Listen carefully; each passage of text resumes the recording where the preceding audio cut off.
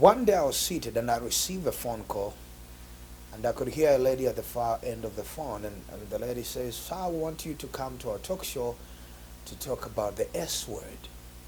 The S word. So I thought it was about sacrifice. No, come and talk about submission. Now, I'll touch a little bit about submission, but I want to talk about humility. There's a verse in the Bible that says, "Submit to one another." I think that is Ephesians. You're starting from chapter 5, from verse 20, 21, somewhere there. It talks about submitting to one another, and then it talks about husbands love your wife, and wife submit to your husband. Now, the interesting keyword in all this is the keyword humility. Humility has no gender. Humility is colorless. It's not female, it's not male.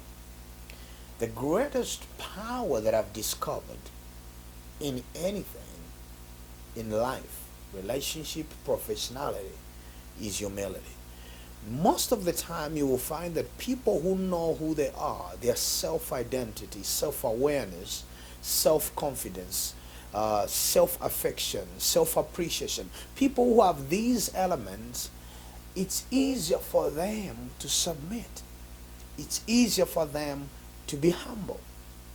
So you find that most of the time, people who don't know who they are and they think a title or this and that is what gives them power, they struggle with humility. And I'll tell you, pride is a reflection of not maturity but immaturity. Once you see pride, you're looking at immaturity and you're looking at a quick downfall in life. Because the true power lies within humility. The Bible says Jesus died, he humbled himself to death, even death unto the cross. Meaning there are two deaths, not just death, but death unto the cross. The worst of the worst, he humbled himself. That is the greatest power. Wherever you find yourself, when you know who you are, when you know what is ahead of you, you know your destiny, you know your identity, humility becomes an easier and it becomes a privilege for you to use it as a passage to go forward. So, because them that are humble will be exalted, will be lifted high, will be promoted, will be elevated, but the proud shall be brought down. So, today we have a struggle of humility in our society because of entitlement, self-entitlement, and people are entitled to so many things they think. To power, position, whatever they think or they wish to have, they believe they're entitled to it. And the challenge is that with that comes pride, self-righteousness. These are battles that are happening today. A lot of division in our churches, in the leadership, in families. It's a lack of humility. No one wants to humble himself. In other words, nobody is matured enough. Because true humility is a reflection of maturity. Is to say that you can be in humility even under humiliation. You can be in humility even to the point of being humiliated as a person, but you are able to compose yourself because you know who you are, and whatever has been said, whatever has been done to you does not devalue you, does not bring you down. Humility is what you need, is when you know who you are and you know where you are headed. Being humble. What does it mean, Tony, as you conclude? Consider yourself less important. Consider yourself lower.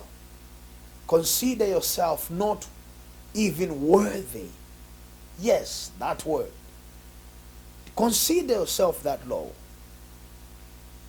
No, not practice, not pretend. I'm not talking about that. Consider, think, believe it, that you are lower. And that is the first stage to elevation. The moment you think you're Mr. Know-it-all, the moment you think you're Mr. VIP, then you have lost the compass to greatness. And it's my hope that you begin to consider yourself lower. Everybody around you can teach you something. Everybody around you can bless you. Everybody around you can lead you to a better place. If you're in a relationship, make sure in humility you will be exalted. You will be better than everybody else. Each one of us should strive and work hard towards humility.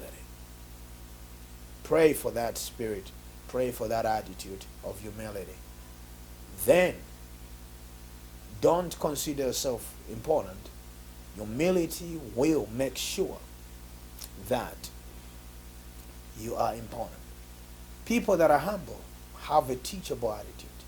People that are humble you can correct them, you can direct them, you can discipline them, and they will receive it with humility, and they will receive it with love, and they will be able to use whatever correction you have given them. That is the power of humility, and such people are needed in every place. Such people will be valued. Such people will be trusted. Such people